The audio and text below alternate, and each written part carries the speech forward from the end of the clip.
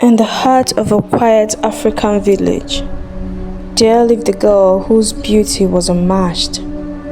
Her name was Ngozi. Her skin glowed like the evening sun after the rain. Her full lips, so inviting, her light brown eyes shone like a fire that drew everyone closer.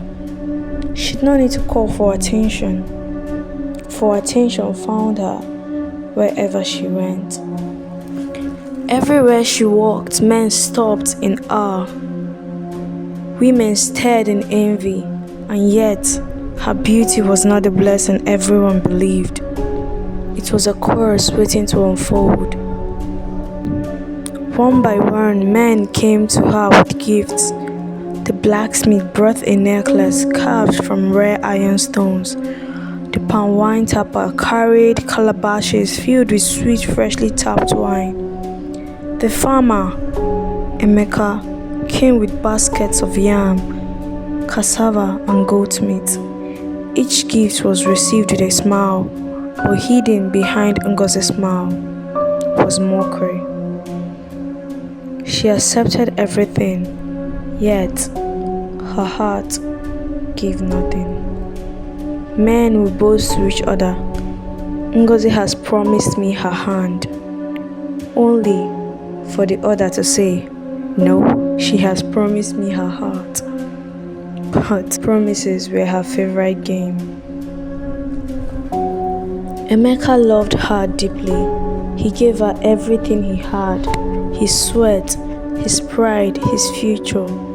He sold lands, he sold things he had, just to be able to afford Ngozi. And she promised him, I will marry you. But soon another suitor came, a stronger one, a richer one. And Ngozi, with a laugh and a face full of mockery, pushed Emeka aside like dust swept away by the wind. Emeka begged her, his clothes torn, his eyes red with tears. You promised me, Ngozi, you promised me, you said yes. But she spat cruel words. You are nothing but a poor man, Emeka. Go before I make you regret standing before me. Enraged by his persistence, Ngozi sent another one of her lovers to teach Emeka a lesson. By the riverside they cornered him. Blows rained on him, fists, sticks, and kicks left him broken, gasping, bleeding into the soul. His cries echoed into the night, but no one came. Emeka was left crawling, broken and forgotten. Ngozi laughed with her friends, draped in fine Ankara wrappers bought by the wealth of her admirers. But love, when betrayed, can awaken something far darker than hatred. Emeka dragged himself into the forest, his body weak, his spirit heavy. He followed whispers on the wind, whispers that called his name. Deeper and deeper he went, past the tall green leaves that seemed to close in on him, past the shadows that grew thicker with every step. At last, he found it, an old shrine, hidden by veins glowing faintly with fireflies. The deity had no human face. You seek revenge, Emeka, but revenge comes with a price. Emeka, his voice broken but desperate, whispered, the price, I would pay anything, even if it costs me my life. Take it, take my life, take everything, only destroy Ngozi. Let her feel the pain she gave me. A grown man like me, crying on the streets, let her feel my pain. Let her pride become her downfall. The deity laughed, a sound like thunder in a hollow cave. Your soul for her destruction, so shall it be. At dawn, Emeka's body was found lifeless by hunters, but his spirit has been traded, and the deity has entered the village. The villagers called him Obinna, a stranger. He came dressed in simple and dark-colored Ankara with strange designs, carrying nothing but a staff and a farmer's hoe. He looked harmless, but there was something strange in his gaze. His eyes were deep, endless, as if they held the screams of 1,000 souls. When Ngozi saw him, her heart trembled, because for the first time, a man did not look at her beauty. He passed her by, untouched, unmoved, and that rejection drove her mad.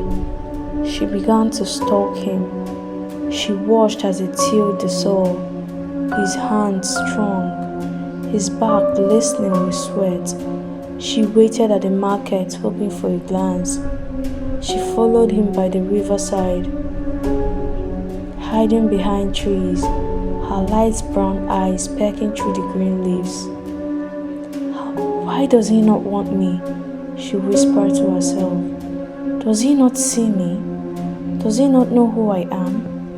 When all the men in the village lined up for her, but all she could see was Obinna. Yet, Obinna did not come close, nor did he smile. He just watched her silently from the back of his head, with eyes that seemed to pierce her very soul. Finally, after endless pursuit, Ngozi cornered him. She begged, she cried, she swore that no other man existed for her, and strangely, Obinna agreed. The whole village rejoiced. The whole village rejoiced. The beautiful Ngozi was finally to be wed. The women in the village were the happiest. No more our men rushing off to see Ngozi. Now they can have their men to themselves.